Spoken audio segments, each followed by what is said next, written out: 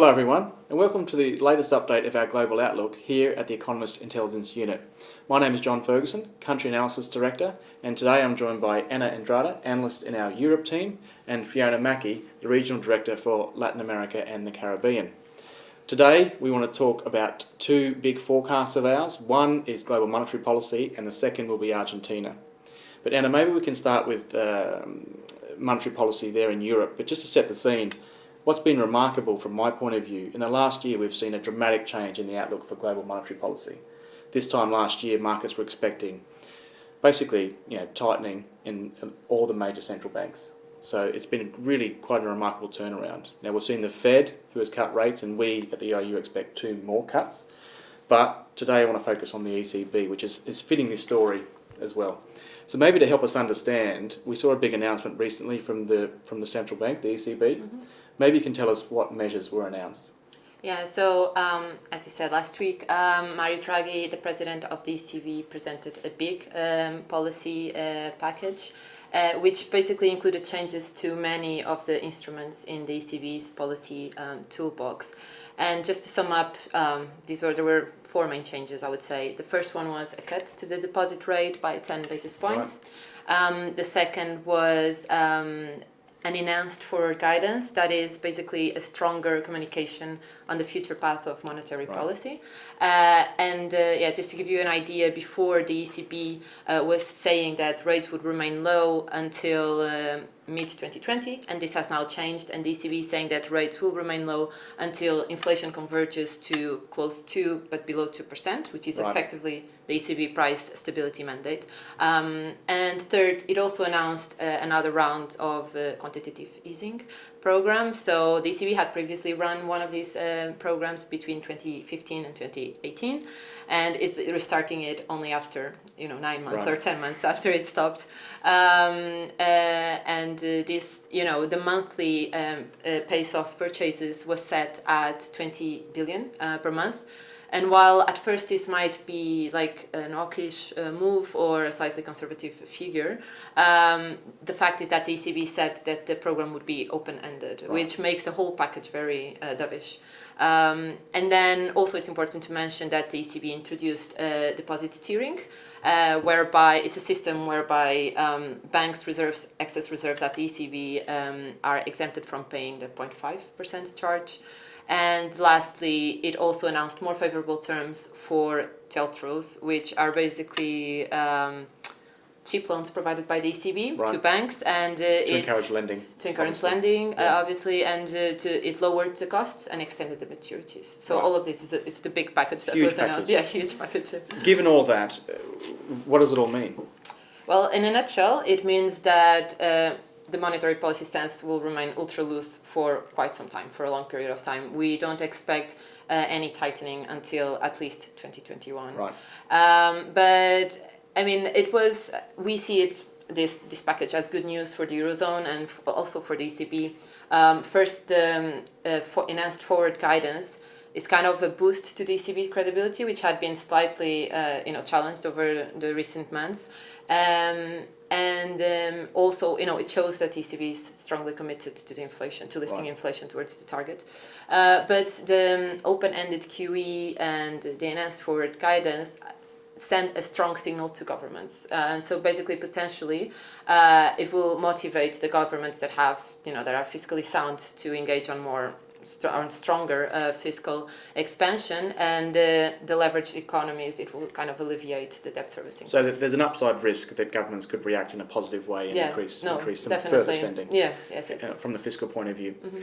Fantastic. So, but what about the German perspective? What about the German press, which has been quite negative? Does this mean that we know no further easing looking ahead? No, not really. So we knew that there was strong opposition within a few members of the governing council to the package. Right. They were pretty loud before the meeting, and especially Germany, they always showed their opposition to it. But the truth is that, this is a risk to, a split in the governing council is always a risk to further easing, but I think we shouldn't overstate this. Right.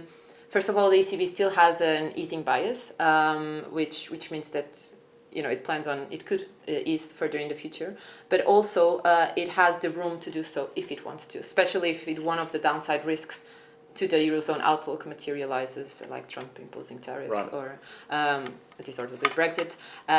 So it has the space to do so. And Christine Lagarde, the incoming new ECB president, could change the tiering deposit or could change the parameters of the quantitative easing program in a way to stimulate more growth and choose an easier monetary policy stance. So yeah, I mean, we don't expect any significant change in the monetary policy stance until 2021. And that includes the transition to Ms. Lagarde. Yeah. But if needed to, they would have the room to do so. Absolutely. Anna, thank you so much. Maybe, Fiona, before we talk about Argentina specifically, what does all this mean? I talked about the Fed briefly. Anna's given a great account of the ECB package. What about Latin American monetary policy? Yeah, well, we can see that emerging markets are moving as well, and certainly in Latin America that's the case. Brazil just cut rates again yesterday by 50 basis points down to 5.5%, and it's not alone in Latin America. So we've seen a lot of rate cuts because Latin America is being affected by what's happening in the global economy. It's really feeling the strain of the US-China trade war. We're seeing that really weak trade results from the fourth quarter of 2018 into 2019. So we saw central banks move to cut rates. And there's some more space to cut rates as well. But the issue is that in a lot of cases, the reason that we've seen this move in monetary policy is because we don't have the fiscal space. So we don't have in the policy toolkit a lot of tools to actually bolster the growth outlook in Latin America. So yes, we'll continue to see some rate cuts. What happens, to the ECB, but also for Latin America, more importantly, the Fed, that will be important. So we expect to see some more rate cuts going forwards. But because of this lack of, other items in the policy toolkit to support growth, Latin America will be vulnerable. And we've seen it slowing. It's been something of a canary in the coal mine with all of this going on in the US-China trade war. So we have some concerns about the short-term economic outlook for Latin America. Absolutely. And we at the EIU have been warning for probably a couple of years about a slowdown in global growth. And here we are. Yeah. Anyway, let's focus on Argentina. Maybe, as always with Argentina, there's a lot going on.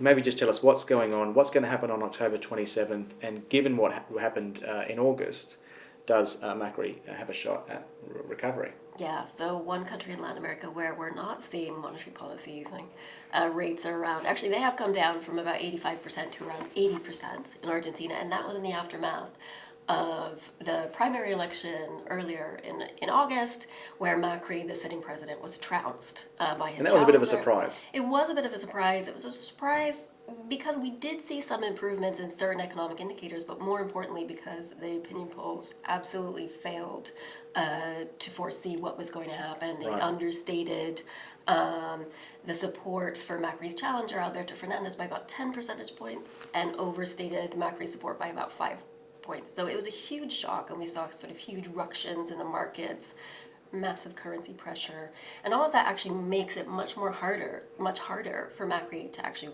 recover from what happened in August.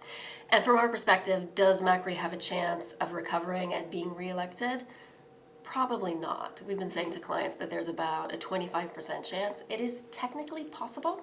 25 is not very high. Yeah, it's not very high. It's technically possible. The first test that Macri would have would be in the first round on October 27th to actually prevent Fernandez from winning in the first round and actually forcing a second round, which would take place in late November.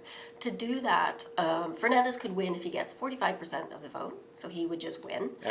Outright. Or he could get 40% of the vote plus a margin of victory of 10 percentage points. In the primary, Fernandez got over 45. So it looks as if, he could easily win in the first round. What Macri would have to do, interestingly, in the actual election, in Argentina's history of primary versus first round, there are more voters in the first round. So there could be 2 to 3 million more voters in that first round election. And if a good majority of those actually plump for Macri rather than Fernandez, Macri could at least force a second round runoff, but even then it would be really difficult to make up that gap. It would kind of depend on whether voters sort of, blame Fernandez for all of the difficulties and market problems, currency pressure, the inflation spike that we're undoubtedly set to have in Argentina, if they blame sort of market fears of a Fernandez administration or if they blame Macri. Right. And we expect sort of the latter effect to predominate. And we've seen that time and time again over the course of the past couple of years in Argentina that if there is movement in the peso, if there's an inflation spike, that voters will blame Macri. So Right. he is very unlikely to be reelected at this point. Okay, so let's look ahead to Fernandez. What would policy look like under Fernandez? It's not that straightforward trying to interpret what policy would look like under Fernandez, and there's two reasons for that. One is that it is in Alberto Fernandez's interest to actually stoke market unrest to make Macri's life more difficult. So he has actually been making statements periodically saying, I don't know, we need to look at this debt and sort of negotiate with creditors, negotiate with the IMF. Quite unsettling for and markets. Immediately, that unsettles markets. That leads to peso movement, that leads to an inflation spike, that led to forced reprofiling of some domestic short-term debts, and also ultimately to the imposition of capital controls to try to prevent that sort of currency collapse, right? So Fernandez himself, it's in his interest for things to go badly for Macri in the next couple of At least months. for So short maybe term. we need to sort of take that with a pinch of salt, Right. that some of the things that he's saying now, maybe that's not what he actually believes, and things won't be Right. that bad. The other reason it's difficult to interpret is because within his coalition, he's got, so Peronism, he represents the Peronist Party, which is Argentina's dominant party and always has been, and it's got many wings, right? It's sort of a broad church, and so he represents both the centrist wing and a more sort of left-wing populist grouping that's led by the former president, who's now actually the vice president on that ticket. So really so there's mixed messages there from those two groups. Right. We think that he is really and truly aligned more with the center, and that his history as a chief of staff in government previously suggests that he is more of a pragmatist, more of a centrist. So we expect that policy will be relatively pragmatic and centrist. However, Fernandez will also have to deal with those tensions within his government. So his first task will actually be to sort of propose a coherent policy stance and deal with those divisions that will emerge within his support base. Absolutely. Sounds like quite a challenge. Yep. So what about Argentina's IMF deal? What does this mean for targets, fiscal targets, and that sort of thing with the IMF? So we believe that the targets, as we know them now, will not be met. But what we will have is some sort of renegotiation of the targets. And Fernandez has made that clear, and something that has come across and has been popular in Fernandez's campaign is that he wants a focus, a greater focus than the Macri administration has had on the social safety net and on bolstering consumption. And that does imply both a looser fiscal policy and a looser monetary policy. However, Argentina needs the IMF needs Argentina, so there really is room there for compromise, and we expect to see some sort of deal. So we don't see the fiscal targets. So, for example, the government just presented this week a budget that proposes a primary fiscal surplus of 1% of GDP. Right. We don't actually think in 2020 that will happen, but we don't necessarily think it will be wildly off, because it's in the government's interest to sort of take that pragmatic centrist path and avoid default. Because the alternative, Argentina was in default for almost 15 years, and it had to undertake sort of an autarkic sort of policy without reliance on global markets. Right. But it did have the benefit at that point of a commodity boom, and it doesn't have that now. So it's not that simple. The only other alternative, and Fernandez might be thinking of this, is China. But again, we don't expect. China has been supportive. It will be interested in sectors such as energy and mining, particularly lithium in Argentina. So certainly it has been moving and will continue to move there. But in terms of finance, for sort of meeting the financing requirement and debt commitments, we don't expect China to be willing or able to meet all of that. So we don't think that that's sufficient. Okay. Putting all that together, what's the economic outlook? Yeah, Recession, further recession? Unfortunately, in the short term, yes. Because what we've seen, not only has there been a sudden stop in finance on the part of portfolio investors, but we expect certainly in terms of FDI for there to be a sudden stop in FDI, and also in fixed investment more broadly, so domestic investment as well. So we expect to see this renewed. We were just starting to see sort of an incipient economic recovery, and we expect again for Argentina in the next couple of quarters at least to actually fall back into recession. because investors will be in wait-and-see mode, and we saw that when we had big changes of government in Mexico and in Brazil, that uncertainty matters, right? So, and that's what we expect to see at least, but if you take on board all of these other complications, extremely high inflation, the debt question, things are going to be difficult, certainly in the short term for Argentina. We expect, bearing in mind that we expect Fernandez to take this relatively pragmatic path, for there to be a slow recovery. However, we do not expect in the medium term for the policy-making environment in terms of willingness to undertake structural reforms that boost growth and sort of actions that promote rule of law. We expect that to be worse under a Fernandez administration than under a Macri administration. Right. So even looking out into the medium term, although we expect a modest recovery, we're now a lot less sanguine. Bearing in mind that a lot of investors have now been burned by Argentina several times, that just even looking out into the medium to long term, there are going to be a lot of question marks about, do you want to invest there? Absolutely. So a lot of challenges, Yep. even in the medium term for Argentina. Yeah. Absolutely. Fiona, Anna, thanks so much for a great discussion. These two stories, the ECB and Argentina, will obviously carry on for a long time. For our clients and non-clients, keep coming back to our homepage, eiu.com, for further analysis from our Latin America team and our Europe teams. And also keep in touch with our various Twitter feeds, both our staff Twitter feeds and our regional Twitter feeds as well. I just want to take this opportunity to mention we launched our Speaker Bureau recently over the summer. You'll see that on our website as well, so do get in touch if you have any questions about the great speakers we have here at the EIU. But that's it for now. We'll be back next month with another update of our global outlook.